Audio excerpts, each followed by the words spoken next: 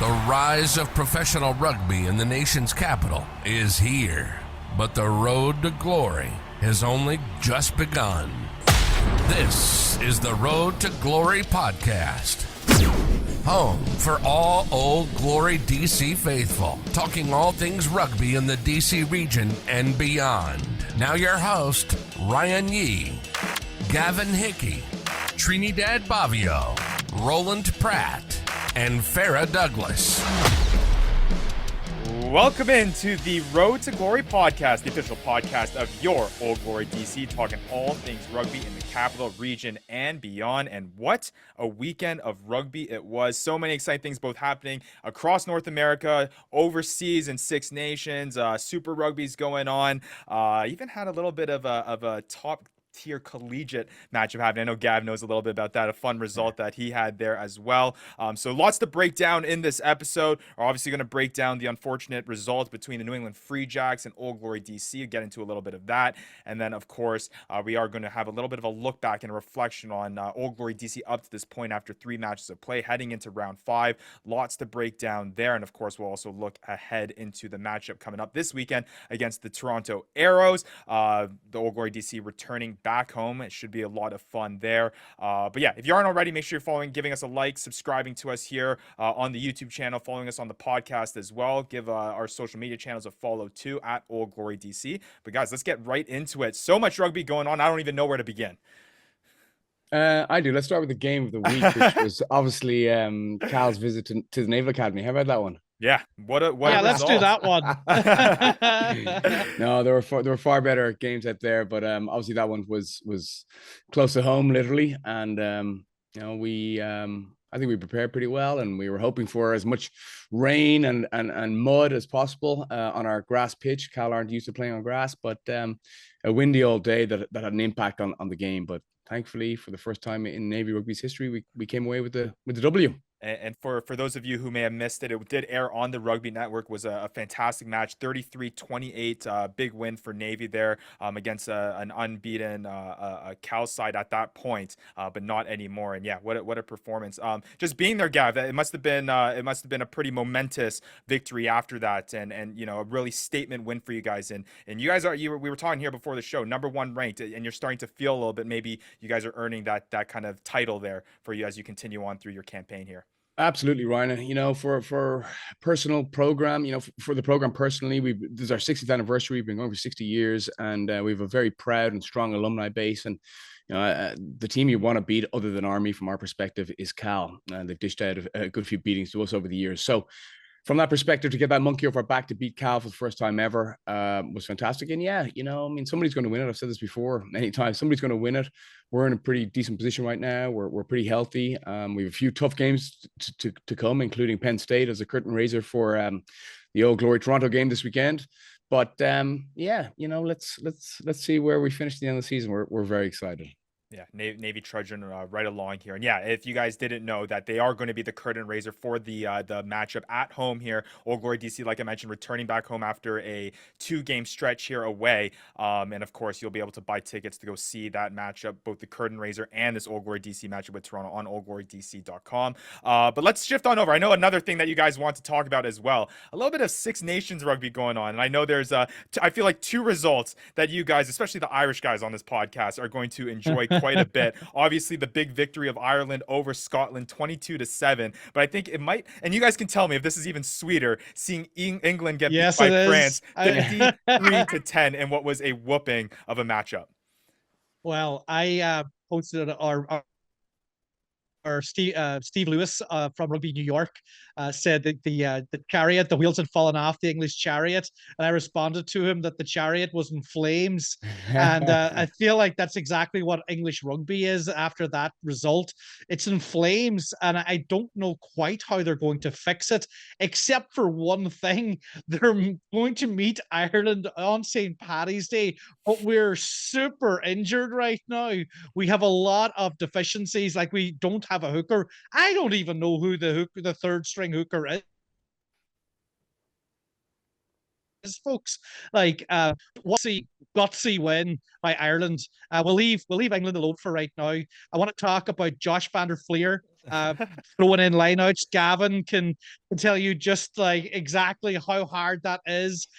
Coming in cold, not doing it every day, and then throwing darts. You that know was what? amazing. Roly, I was getting frustrated watching him because I'm sure the joke afterwards that he had with his teammates was, "What are you talking about? It's easy." And I know. know. And I've been stressing about throwing my whole life, so it was amazing. That and Keane Healy in the front row as a hooker. Absolutely. I was very, very, very impressed with that. 35 years of age. It's Keane unbelievable. Healy, yeah. Going in playing hooker. It's incredible. Ireland's Where won the day. Yeah, I agree. But like the belief, I think, won the day as well, because, in times gone by, you would just psychologically fold knowing, oh God, we don't have a hooker anymore. Oh God, our starting centers just went off. Oh dear, this guy's injured, that guy's injured. And we had a ton of them early, but just another guy came on. I'm right to work, boys.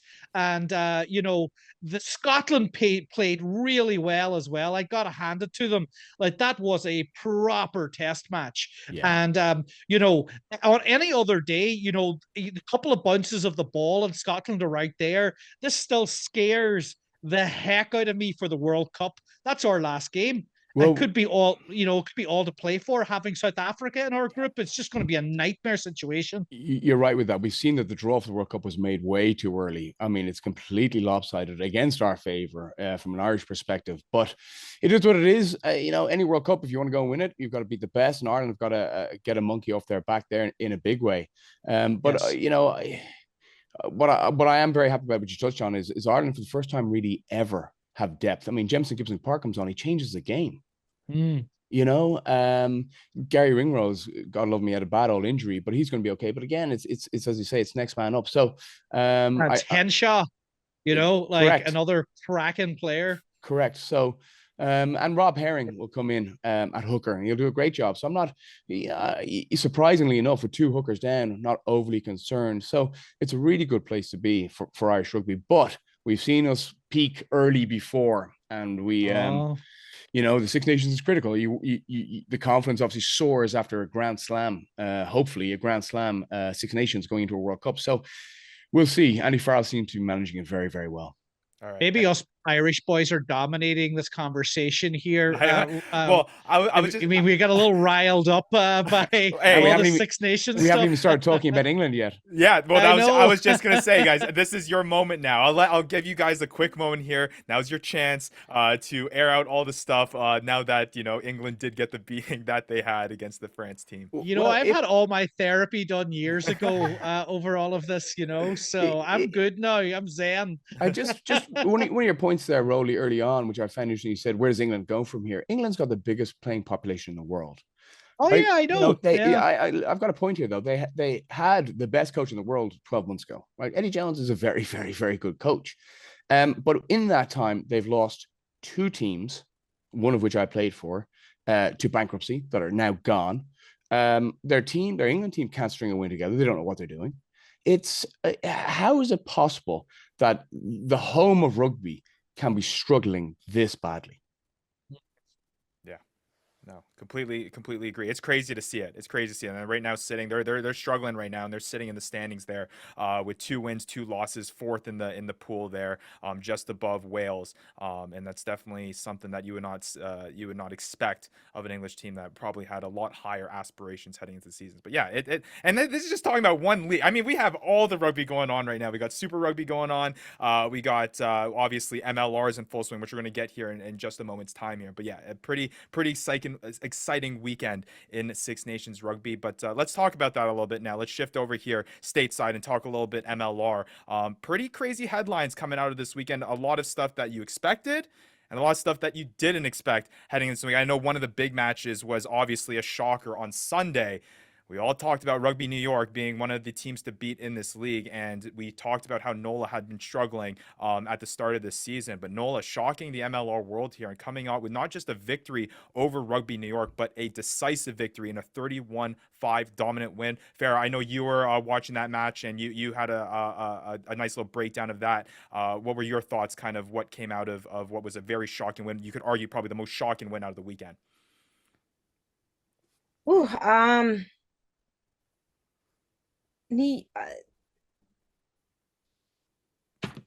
they, God, it's so hard to articulate because I just like NOLA came out ready, like they were crisp. I think New York did not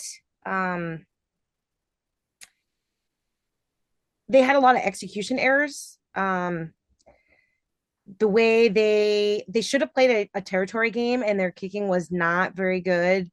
And I think that NOLA just really went into it and capitalized on every opportunity that New York handed to them. And like for me, that the momentum shift was when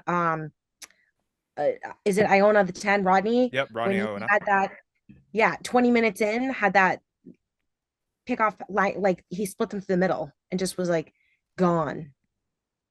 Yeah. And I think that was like the momentum shift that NOLA needed.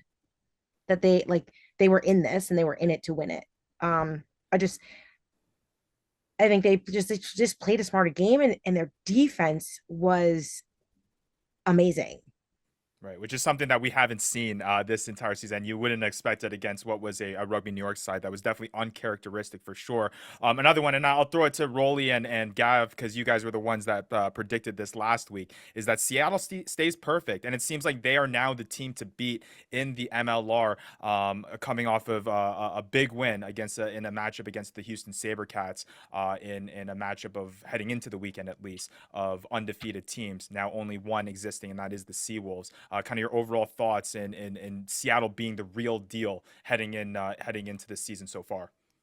This reminds me of sort of like playoff rugby, 24-12, lower score game. Both teams scored 2 tries. It was penalty kicks in the end that told the difference. Seattle had 4 penalty goals, and Houston didn't have any. But that being said, the Seattle, again, we keep talking about the Seattle defense. It is real. It's a real thing. They are very, very concise in all their movements. They push out, they push up, whatever is needed. There always seems to be a spare man there to get that last gasp tackle. Also having guys like Rickard Hatting, sort of marshalling everything and being such a demonstrative leader. He has always got ball in hand. He's scoring tries. He's leading from the front. He's sticking guys on defense. He's a very useful guy to have around, but he seems to be leading from the front again here this season. He's injury free and everything else. And him and the Rhino Herbst, the other South African, he's like an enforcer. Just kind of tough guys, and they marshal that forward pack really, really well. And then the backs now this year are doing the business finally. So they're going to be a tough out this year, guys. You know what? We a couple of weeks ago we said, is there a pack starting to emerge or is there not? And we said, well, yes, because obviously 2 wins out of 2 and all that kind of stuff. Do you know what I'm really starting to believe now? And I was thinking about this for a while today. You're starting to see the teams that have had coaches the longest come to the fore. Good point. Very good point. Right. I mean, Alan Clark has been up at Seattle for a couple of years now. So it's no surprise. Now, in fairness, Houston have had their coaches in place for a little while longer than most, even though it's still a relatively short space of time when we think about it. That on top of the fact that we really only have our players for 6 months of the year, for the most part, which I think really means that you got to have a coach there who's there long-term, who can develop a culture that players can buy into. Otherwise, with the turnover, it becomes very difficult. So if you have a look at the results from this weekend, including Kane Thompson, Den and Nola, it's the coaches who've been there longest seem to be starting to come to the fore now with the team identity, with the team structure, with the player buy-in. I think that's pretty telling, and that is relevant to our own case as well with Old Glory. But I think that's something just to keep an eye on as we move along. Yeah. Well, no, that's a great segue, right? Right. Talking about new coaches, obviously Old Glory DC coming in with a new coach with Josh Sims. And obviously there have been struggles here with the Old Glory DC side after their first 3 matches here, and now heading into the 5th week of the season. So let's start breaking that down. Obviously a tough matchup against the New England Free Jacks, a tough team that we knew heading into the weekend, playing away especially, was going to be a tough outing here, falling 34-31. Obviously there was a little bit of a spurt of an offensive burst there towards the end by Old Glory DC. They seemed to start out fast, but there seemed to be a little bit of lulls in the middle portions of the match that really allowed New England to run away with it here during those middle 60 minutes or so. But for you guys, kind of your impressions of this New England Free Jacks match, and is it, again, it's something that obviously we're split on. Some of us thinking that Old Glory DC was going to come away with the victory. It was an important one, and obviously a test against a good team. But what were your thoughts kind of over or in that match against New England? Well, I think I called it correct on the last week's podcast where I said we would have a bonus point loss. So we ended up getting 2 bonus points, which is not a bad thing from an away game at a very good opponent. So we'll take that as it is. If someone said to me, I'll give you 2 points before this game, I would have taken your hand off. All right, that'll be honest. But the way the game developed, it has left me just a little bit frustrated. There were chances there that weren't taken. There was stupidity beyond belief. And then there was a few items that, the referee would probably want back as well. And we can discuss all of those items in depth here. But yeah, that's my initial feeling, and I'll hand it over to you guys because there's a lot more to say.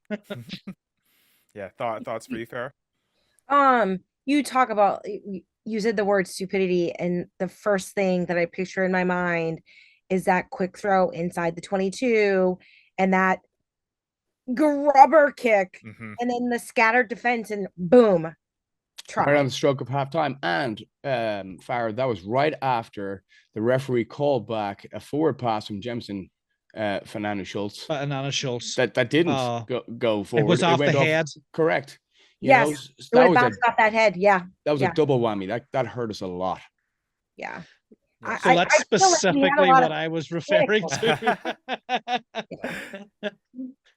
We're still not consistent. Like, I feel like that, like, if you had to boil it down to something, it's like we're not consistent in decision making. We're not consistent in like the execution of things. And because we lack that inconsistency, we have these moments of like frantic where we want to play fast, and we do well when we're playing fast, but that franticness makes us make such, for lack of a better way to articulate, stupid decisions, like doing a quick throw inside the 22. Yep. Yeah, well, the timing was just so completely wrong on it. You made the perfect point. We do well when we play fast. We like a fast game. We're not the hugest pack in many ways. So those fast rucks, giving Danny good ball, all of those comes to play, really gets our backline firing. That's the way it should be. But, when we get into these like dog fights now, it's much harder, So I have a whole list here of like the good, the bad, and the ugly of that game. I mean, obviously it starts kind of with that throw in. And we've mentioned that was a crazy play from Tito, which again is just annoying because he had a good game. He's 100% from kicking. I think he was 5 for 5 on the day. We should have won that game. We were more disciplined.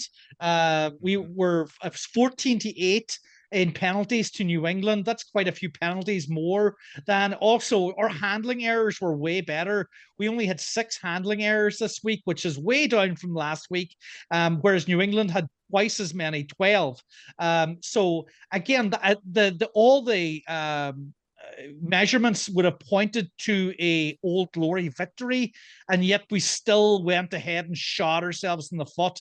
And again, that's where the frustration now comes out, because we have a lot of good stuff to talk about, and then some of the bad stuff as well. And some of the good stuff was their lineouts. I think every point except for the last try, which was a bit of a breakaway, came from lineouts. Every single point. So there's some really good stuff happening in lineout time, and then mauling, and then picking and going from there. So, rugby can be a simple game where you kick to the corners. We missed a few kicks to touch, but when we did get touch and it was our lineout, I thought we were pretty effective in that area, and that was great to see.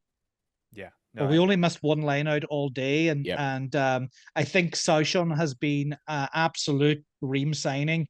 His darts are phenomenal. He never missed a throw all day yesterday, but he's also got a nose for the line. He's getting a lot of carries. He's doing some work in the loose. He's, as a guy that I didn't know anything about coming in, He's been a real one, to absolutely give 2 thumbs up to. I've been really impressed with his play.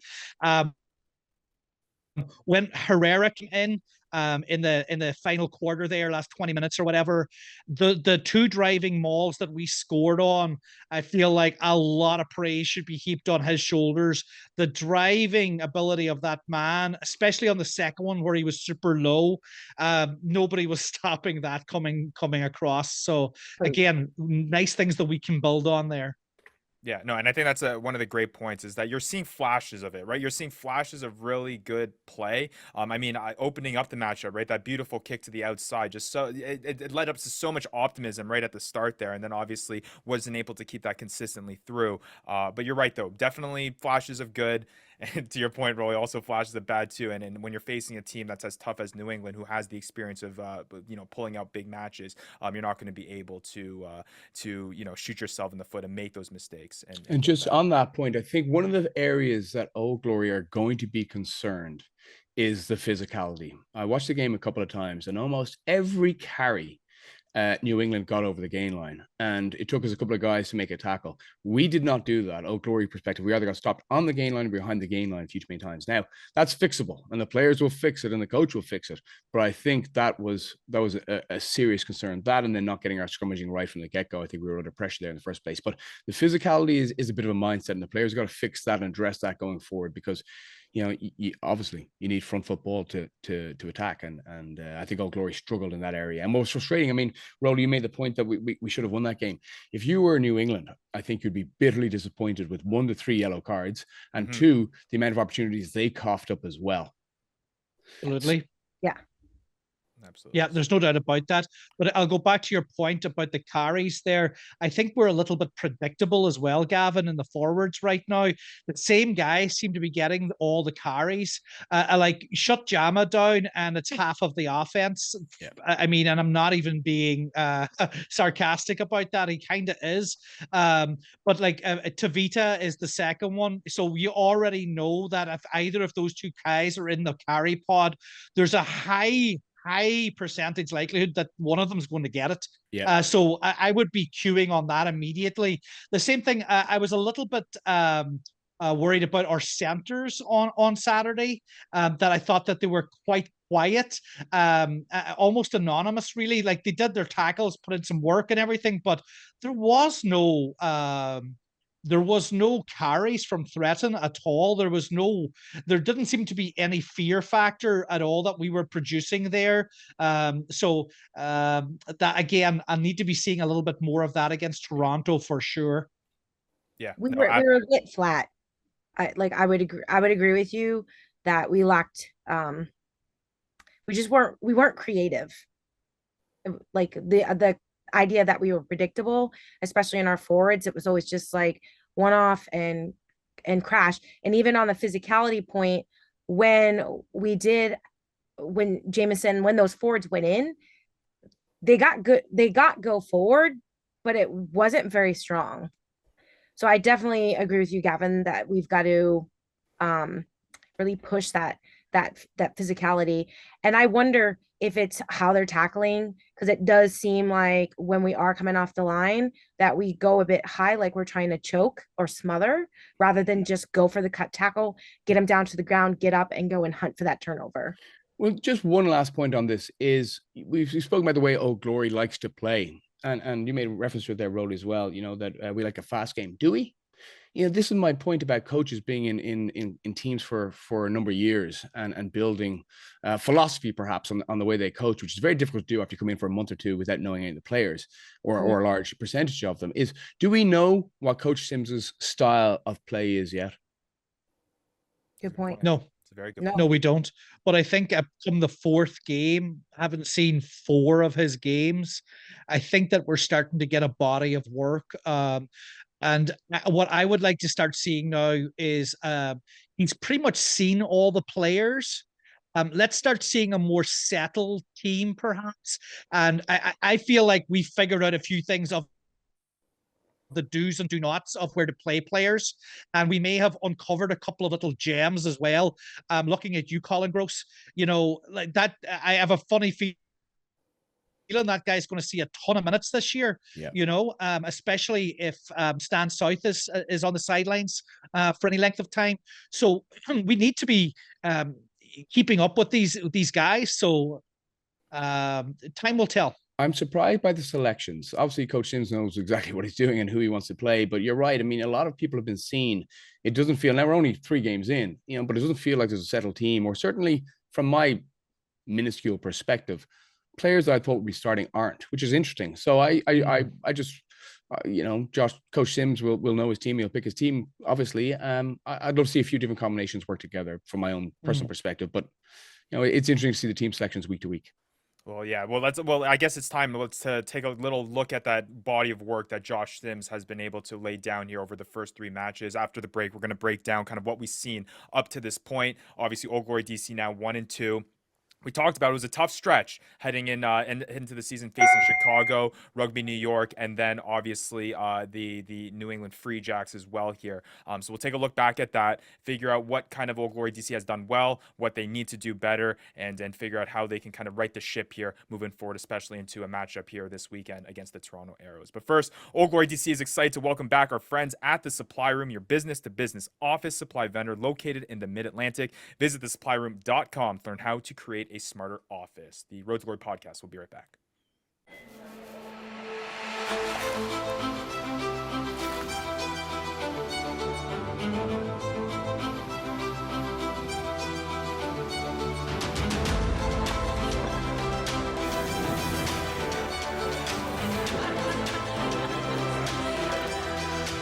Experience how sous vide is reimagined the way we eat from the company trusted by the most renowned chefs in the world.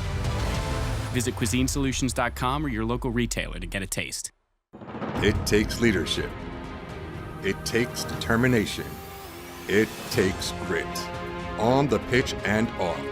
At ECS, we're tackling our nation's biggest challenges. From cybersecurity and artificial intelligence to digital transformation and IT operations, we build powerful solutions for a complex world. Meet the challenge. Make a difference.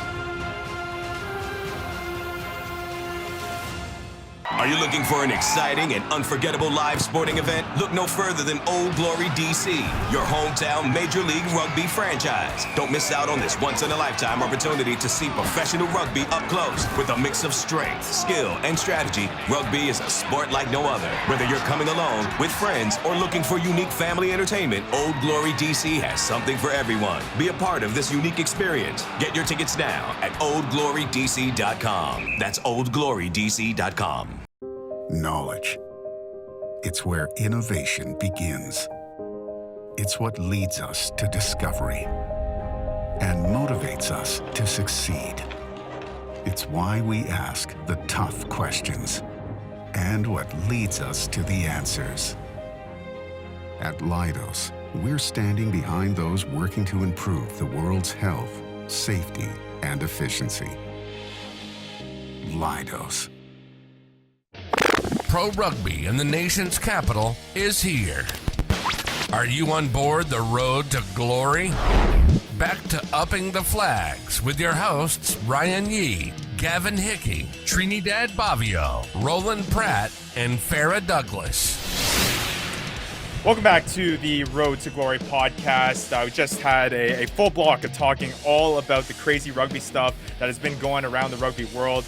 There is definitely no shortage of excitement when it comes to really good rugby. And of course, we also broke down the tough loss against the New England Free Jacks by the Old Glory DC, who fell in round 4, 34-31. And that kind of lends itself to the conversation here now in the second segment about where really Old Glory DC needs to go from here. Because obviously after 4 rounds of play, including a bye week in there, now sitting 1-2, obviously tough losses against both the New England Free Jacks and Rugby New York after what was a pretty dominant win in the first week, and had a lot of optimism brewing for not only us, but I think the Old Glory DC faithful as a whole after such a dominant performance against the Chicago Hounds. But guys, now looking back here and seeing how how Old Glory DC has performed here over the course of these past 4 weeks, what is it that Old Glory DC looks like? What is that identity that they have? I know we talked about the block before, that really it feels like Josh Sims is still trying to establish what he needs to do as kind of a team kind of identity.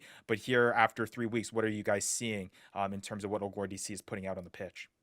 We were just chatting off air there about a few of what we perceive as Old Glory's strengths and a few areas we need to work on. But we were having a chat about Danny Tutala, and I think you made a good point there, Farrah, that we need to give him the ball a bit more. That he needs to use his feet. And I'd say Danny's an incredibly dangerous attacking player, but are we focused on his distributing or on his breaks? And I know that's not really the point you were making, Farrah, but I think it's a good conversation starter. Is just what's going on around Danny Tutala right now.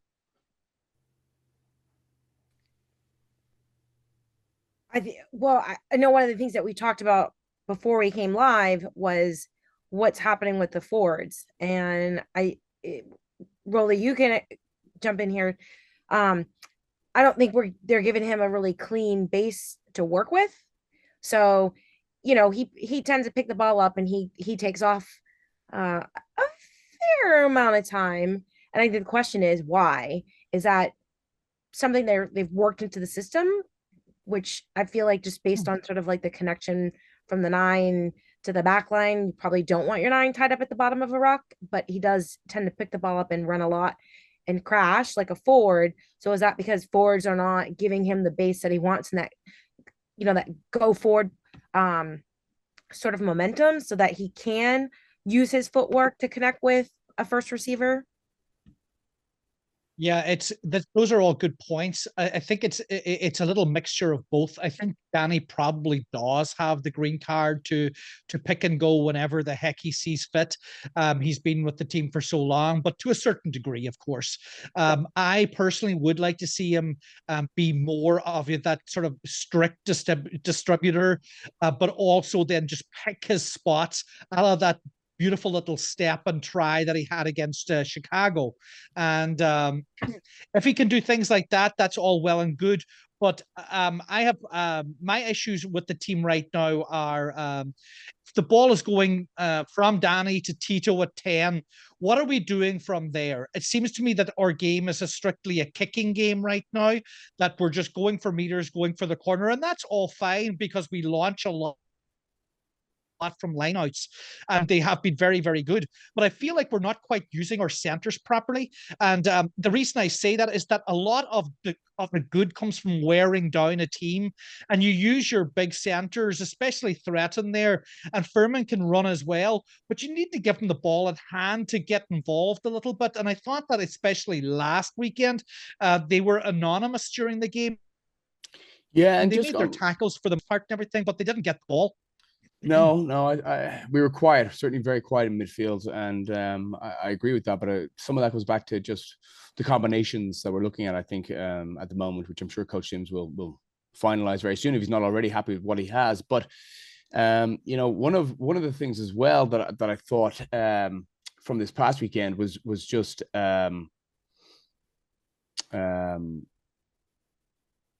I've lost my train of thought completely. I'm sorry, Ryan. No, you're all good. I had a point there as you were talking about, and I went totally blank. I'm so sorry. There's a lot to remember here. I mean, there's so many different, I feel like, things that we've learned. I feel like after having conversations with you guys over the past 3-4 weeks, right, breaking down each of these games, it seems like each of these matches have had different themes in terms of what needs to be done better, what needs to kind of approach, and the reasons why they've struggled over the past 3. Obviously, in the first week, there was a lot of optimism heading into it, or at least after, with how well that they performed after the Rugby New York squad. It was kind of a really just a bad beating and a bad performance after coming off of a bye week, and then coming off of this match, there were just certain errors that were involved that caused them to lose a game that they should have won at the end of the day, like you mentioned, Roly, at the beginning of the show. So when you're looking over the course of those 3 matches, is it a concern that there isn't a consistent problem that is attributing to their struggles early on, and it's something that is maybe that they haven't yet put together yet, or is this something that over the course of the first 3 games? Because last season, I mean, they started 0-3 and was a much worse like showing off of the get-go than this was. So is there still cause for optimism here moving forward despite the record 1-2? And keep in mind, they also played some pretty heavy competition here outside Chicago from Rugby New York and the New England Free Jacks. I'm going to jump in here before I lose my train of thought again, because Ryan, that's a perfect question because it brings up what I was going to say anyway. I remembered it. I sound like a little bit of a broken record here, but we need to understand we're 3 games into a brand new team with a brand new coach. So my point was about Danny and Benil Diaz is getting on the same page. This is an Argentinian and a Kiwi who never played together before. So from our perspective, we're looking for them to be able to execute off the get-go in some tough conditions against tough teams. It takes time. It takes time for the coach to implement his plan, for the players to trust him, for him to trust the players, and then for them to be able to trust each other and build that chemistry that they can start executing. And unfortunately, the nature of the league is dictating the terms. It takes a couple of years. So that's the kind of consistency we need to see. And I think from each week from now until then, it's just a building blocks going into place and just part of the whole trust process. So this is going to take time, and it's something I think we have to accept. Now, is it skewed because there was such a good performance at the get-go that, you know, there was so much optimism after that? It's like it was almost like a complete night and day kind of turnover where we're like, hey, wow, this is something that we can see. But obviously now we're seeing how Chicago is and how they're struggling over the course of their season. So maybe it was kind of a mirage, for lack of better terms, in terms of coming out and having a big performance against a team that we thought was going to be a lot more competitive in the MLR, and then now we're actually facing tough competition to start the season. Did that kind of have, I guess, provided a little bit too much excitement at the beginning of the season, like you mentioned, Gav, in terms of, you know, we're still trying to learn here, and it was kind of a big step in the right direction, and now it seems like it's a lot of a bigger backstep because of that first win? Yeah, well, victory papers over a lot of cracks sometimes, you know, Sure. and you have this emotional feeling winning the first game of the season. You think you're going to go undefeated, you know, but New York and New England is one heck of a buzzsaw, both games being away from home. So you get slapped in the face with reality real quickly. That's a heck of a reality check. But I've got to be honest with you, I'm not all doom and gloom at all. I feel quite confident. There's several things that really have me quite buoyed. As a matter of fact, our front row I think is sensational. I think that we have pieces together in the other 2 forward rows like now that we have if we can get Stan South back fit and healthy, I think it's a big if, but he's a very important to the team. Colin Gross did an outstanding job at the weekend in his place. I think having Corey back doing what he does, like 18 tackles, I think, at the weekend, just a machine. Do need to see a little bit from both him and Bavaro with ball in hand. They're awesome getting to the ruck arrivals, the tackle area, but on offense, I need more fellas. You know, it can't just be Jamison all the time. Again, looking back, where is the creativity coming from in midfield? Where's the creativity coming from in the back line? Let me just ask. You know, obviously we've seen the good from Tito with kicking, but I'm really need to see a little bit more movement maybe in the back line to cause the opposition defense some trouble. That can come, but now we're going into game 4. We have 2 winnable games coming up.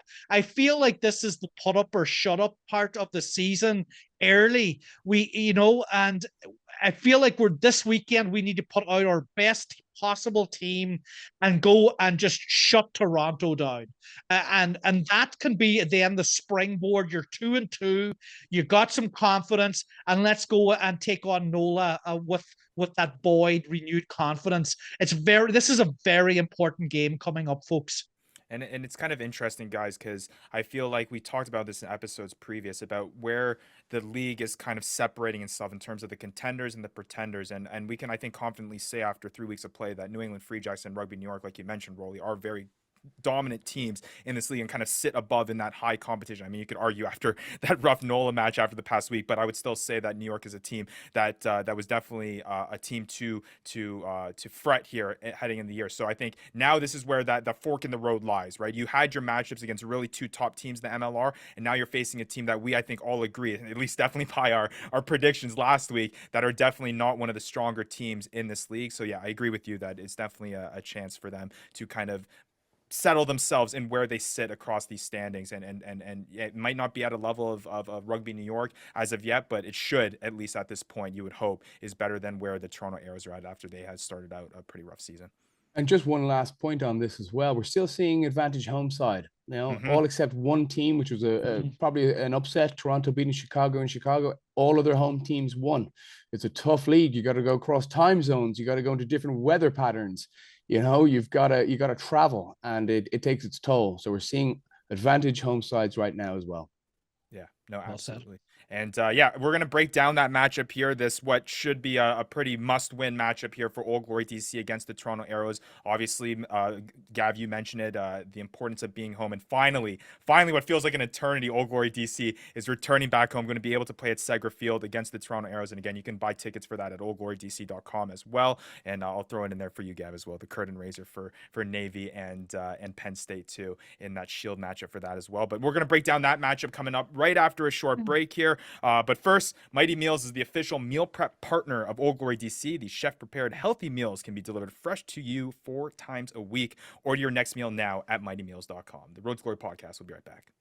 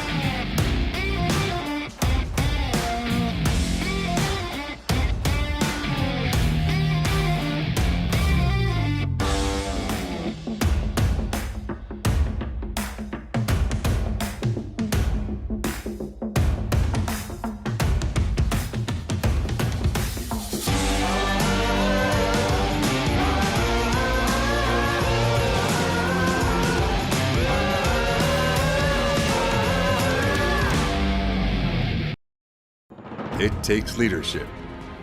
It takes determination. It takes grit. On the pitch and off.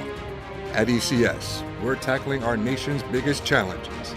From cybersecurity and artificial intelligence to digital transformation and IT operations, we build powerful solutions for a complex world.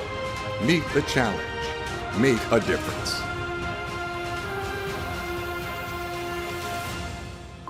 At MedStar Health, we're doing everything we can to prepare for what if. Like, what if you need care right now? We have the region's largest network of urgent care centers. Or what if you think you're out of options? Patients continue to turn to us after losing hope elsewhere. Or what if you can't get to care? Our mobile care units bring care to our communities because treating people means being prepared to treat them when what if happens. MedStar Health, it's how we treat people. Shift into Easy Drive at Sheehy and discover an easier way to find your next vehicle. Sheehy Easy Drive works harder to get you a better value when you sell or trade in, find you more options within your area, and offers you one easy price. Buy in store or online, so you can focus more on where you need to go, not how you'll get there. For an easy answer to your car needs, shift into Easy Drive at Sheehy. It's easy at Sheehy. Sheehy.com. Pro Rugby in the nation's capital is here. Are you on board the road to glory? Back to upping the flags with your hosts Ryan Yee, Gavin Hickey, Trinidad Bavio, Roland Pratt, and Farrah Douglas. Welcome back to the Road to Glory podcast. We've been doing a whole bunch of talking on this show about the past, but it's now time to look a little bit into the future. And we mentioned it briefly in the segment before about this matchup coming up this weekend in round 5 against the Toronto Arrows. Old Glory DC returning home to Segra Field, and what seems like should be a pretty big matchup in terms of getting back in the win column and really making a statement after what has been a tough stretch of a start of the season. So I'm just going to open up to the floor here and just talk about this Toronto Arrows matchup. What does Old Glory DC need to do in order to come away with a win here? They need to play error-free rugby as much as possible. I think that's the first thing. I think they need to be play with a lot of composure. I need to just set their stall out that they're not going to be bullied in the game. Continue with the game plan. Tito has been doing a great job. Get into their line out sets, launch properly. Have real, having that bit of home cooking as well. Gavin just mentioned how important playing at home is. Hopefully we can get that crowd out in Sagra. It'll be a decent day, and feed off that and do like what we did against Chicago and just keep pressing them until they break. And we haven't really done that yet. All the pieces are there, Ryan. We just haven't done A, B, C for 80 minutes. And I'd love to think we could do it against Toronto this week. They have gotten some of their injured guys back. They are definitely a better team than where they were at the very beginning of the year. They were a shambles then. A lot more energy with them now, much more different team. And they're going to be very difficult. Again, marshaled by Sam Malcolm, one of the top point scorers in the league. We got to look out for Talatasi in the outside center spot. That man's a monster. And, if we can do those things, shut them down, stop Lucas Rumble, who, by the way, it's the anniversary of that lovely shiner that my friend Jamison gave him, and 5-game suspension that arrived afterwards. It basically sank our season. So what a nice anniversary to remember. So hopefully we can put all of that stuff aside, put together a good team victory here, and march on against NOLA. 3 key areas that I see following off that, Roly, is the scrum. I'd like to see Jack Ascaro start at loose head, Herrera at tight head. I think that's probably our most powerful unit. I'd like to see us get on top of Toronto in that area from the get-go to create that platform that you talk about. Physicality. I think we need to see more physicality than we saw last week against New England. We need to get over the gain line. We need to give Danny Tusitala and the rest of our back line some go-for-it ball. And then we need to win our kicking game. It's one of the things I pointed out last week going into the game against New England, that we had to win that kicking game. I don't think we did. And that's another area that we just want to make sure that we want the ball to bounce. If it's going to stay infield on a turf pitch, hopefully it's dry. Otherwise, when we go for touch, we need to make sure the ball goes out. And we kind of messed up a little bit in that area last time. Those 3 things: scrum, physicality, kicking game. They're the keys, I think, this weekend. Well, Farrah, you're a woman that loved a good scrum. So let me ask you this question about last weekend. With the refereeing decisions, especially at the end when Jack and Romero came in to the game, I felt in my heart and soul that we were dominating the scrums, and we were penalized in a couple of them, which I think the players were looking around, scratching their heads, going, we absolutely upended the New England scrum, and we're the team getting penalized. How frustrating must that be? And what do you do as a professional? Do you go crying to the league? What's the answers? Yeah, that's a hard one. Because that goes back to after that, the first game that Herrera played. And I asked like if we thought that refs were going to single him out because he's just so powerful in the front row. I think it's kind of you don't want it to happen, but it happens more often than not that the dominant scrum often gets penalized, especially when it's the head-to-head with the props. I think you have to dig into your prop toolbox and find ways to manipulate and be smarter than the referee. A lot of times the refs don't really understand the scrum. I'm just going to put that out there. It's frustrating. I've been on the receiving end of it before. Going to the league isn't going to change it. No, because they're already trying to micromanage the scrum as it is. Yeah, correct. I agree with that. But We didn't help ourselves though, and it said going to the league's not going to help anything. If the perception was set early on, we talk about dominant scrum and why we get penalized for having a dominant scrum. We weren't dominant early on, and that picture of the scrum getting damaged considerably. We had 2 or 3 scrums where we were lucky to get the ball out. That painted a picture in the referee's mind saying, okay, well, they're under pressure, regardless who came on. Now, Jack came on and Herrera came on and did straighten things up. But in that time, we gave away 2 free kicks and a penalty as well that really hurt us. I think we've got to be way more disciplined in this area. We're not going to live and dominate this league based on reputation alone. So we've got to maintain our balance before they hit, make sure they're not early engaging. We've got to make sure our break foot is out. And then once we get in, we've got to be set nice and low, and we've got to go after them. And it's only those, Herrera got done for hinging on that call you're talking about, Roly. I mean, it looked ridiculous, but I think the damage in the referee's mind was probably already done at that stage. Gotcha. So it's a little tricky. I think we'll all agree with trying to paint that picture to the referee while trying to do your best to not infringe on the crazy laws as they are written now that nobody seems to understand. Well, listen, as scrum people, we love scrums, but I think that's very important to remember. You don't need to dominate every scrum. You need to set a platform. Yep. That's it. Yes. And like the thing I think that what drives me crazy is across the board, probably with all of the scrums in the league, in particular ours, because I know like the ability that is there, is the release of tension happens so early, and you get that tent that happens, and that's part of why the ball isn't always clean at the back. Like the ball you got to let the ball out before your job is done. Just get to the back of the 8. Because I feel like sometimes like that happens is like it gets back there and we're like, whoo. Well, I agree, but I don't think enough teams, I don't know about Major League Rugby level. I wouldn't say there's a massive emphasis on it. I wouldn't say there's massive emphasis on World Rugby anymore, is a clean hook or strike with the channel.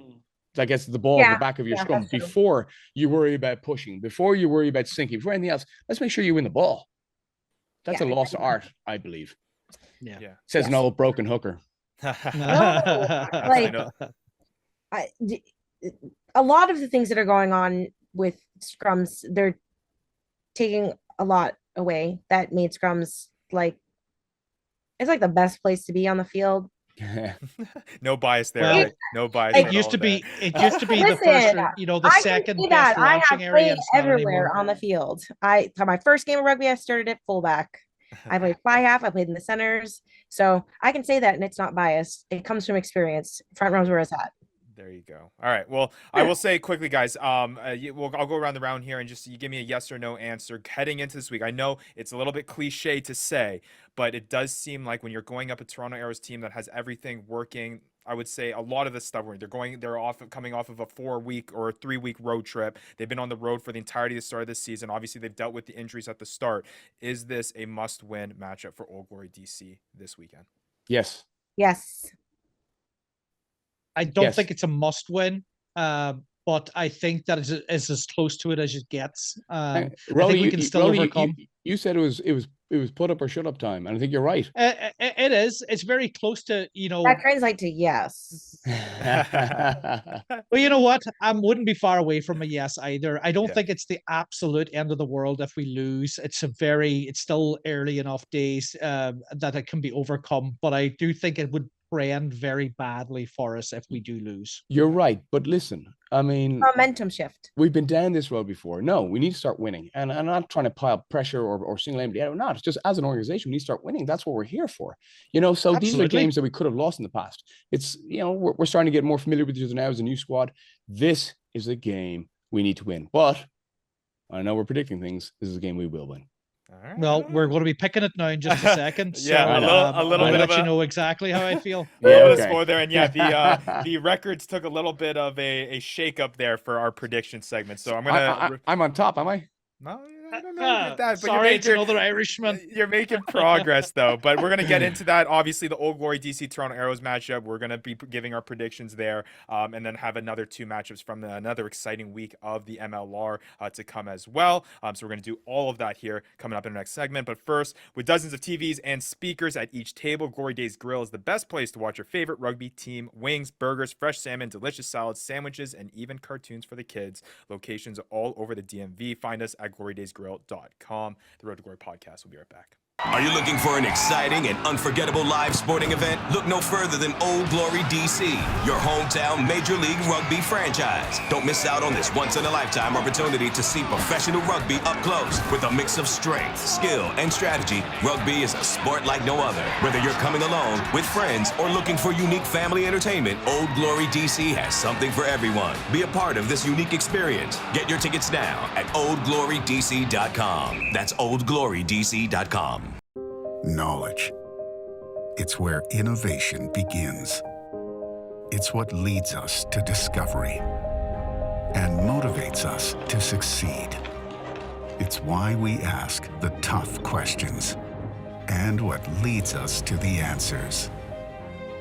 At Leidos, we're standing behind those working to improve the world's health, safety, and efficiency. Leidos. Pro rugby in the nation's capital is here.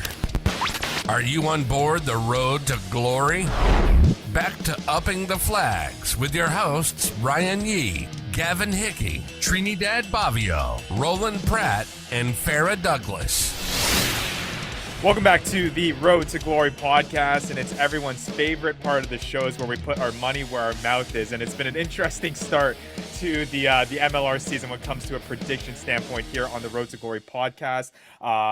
It's been going back and forth a little bit. Some people doing better, some people not so much. And I'm going to give everyone a little bit of an update on where everyone's at. And even our hosts are a little bit concerned of where they may stand amongst the standings here. But I know one person that is going to be happy. Roly, you are currently sitting atop of the standings here with a 7-5 record. Last week, you're able to go 2-1 here, picking obviously the Seattle Seawolves with the victory there. And then also the New England Free Jacks victory over Old Glory DC. Farrah, you're coming in close behind at a 6-6 record, with the falling a little bit behind there because you guys were tied heading into that first week, but you missed out on that Seattle Seawolves Houston matchup. You picked Houston instead.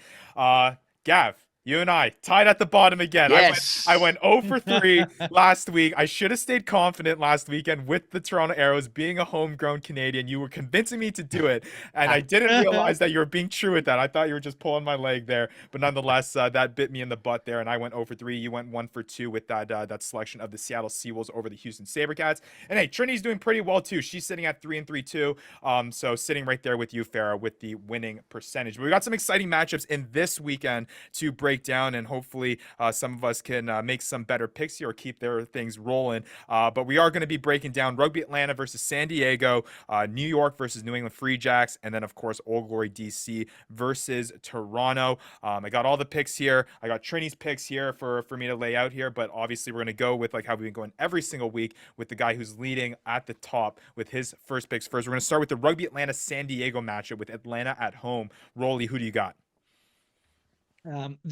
These are all very difficult games this week for me. I'm going to take the home team in this one, Atlanta. But I do think that San Diego is actually a better team than Atlanta this year. It's just, it's a long trip coming across country. I think Gavin mentioned it earlier. And there's a lot of home cooking this year. I think that Atlanta might just shade this one. All right, Farrah, you're up. This is like the struggle because Gavin's been, for the most part, right about the home field advantage. And I agree. I think San Diego is the better team. So I'm like, do I go with the team I think is better or the team that's at home? Because I also want to win this prediction. I wouldn't worry. I'm going to go with San Diego. I'm going to give them one more. Hopefully these people, they don't fail me. Yeah, I mean, I would be interested to go back to see if you picked every single home team moving forward over the whole prediction segment. I think you'd be doing pretty well. You might be even better than what Roly has been picking if you just had sided with the home team every single week. So it's definitely been interesting. Makes it a tough one. But Gav, I'll let you go first because with my Canadian hospitality you so kindly mentioned last episode, I'll let you go first. San Diego or Rugby Atlanta? You're very kind. Well, Rugby ATL lost their first game, which was at home. They won their second game at home, and then they what did they do recently? They lost on the road, and then of course they I believe they were on bye too. They had a bye week in there. They were on a bye, so it's a tough one, as everybody points out. But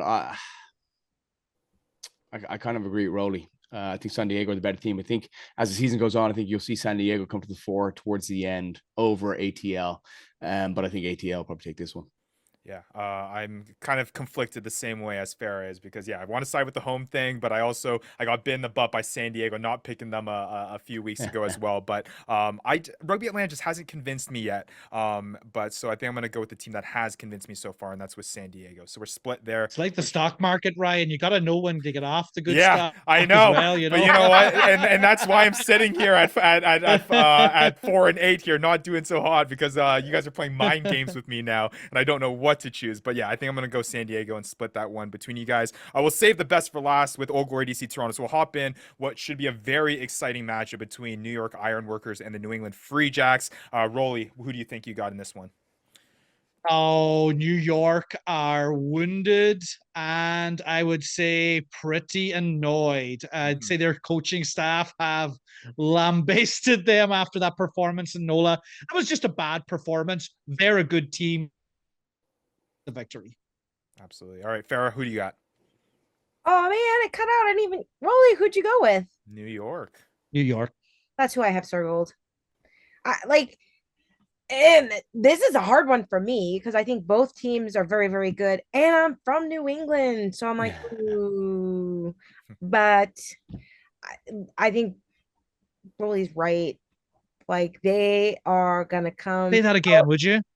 That's 2 weeks in a row now. I know. I gotta find a different phrase. You gotta stop doing that because this guy's just gaining confidence, and he's 7-5. Yeah, I'll find a different phrase. I'll find a different phrase for next week, just in case. But I think that New York is gonna come at this game with a chip on their shoulder and something to prove. And I don't know that I want to be on the receiving end of that as a team.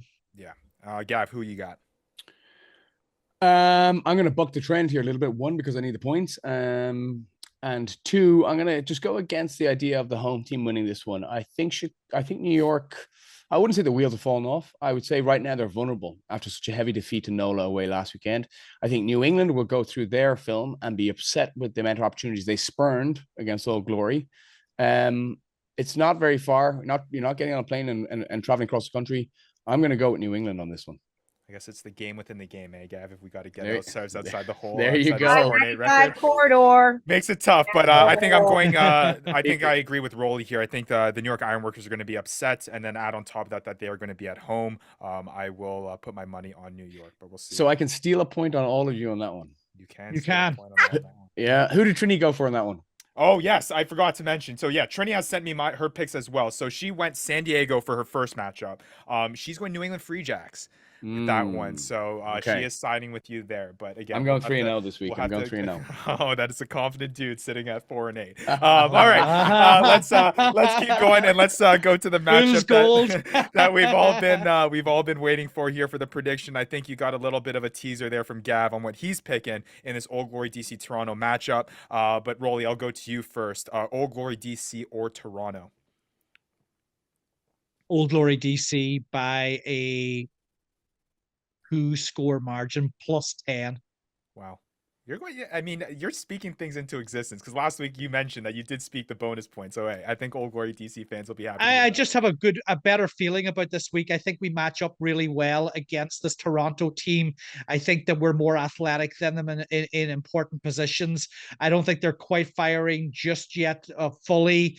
I think, again, being the home team, having a little bit of a point to prove, having played and getting kind of a bit of a sucker punch last weekend. It's all going to play into it mentally. I think having Toronto gotten the monkey off their back, having beaten Chicago, got that win, a little bit more relaxed, perhaps. I'm putting all these things into my old brain chamber here, and it's all coming out as a comfortable bonus point victory for Old Glory. There you go. All right, Farrah.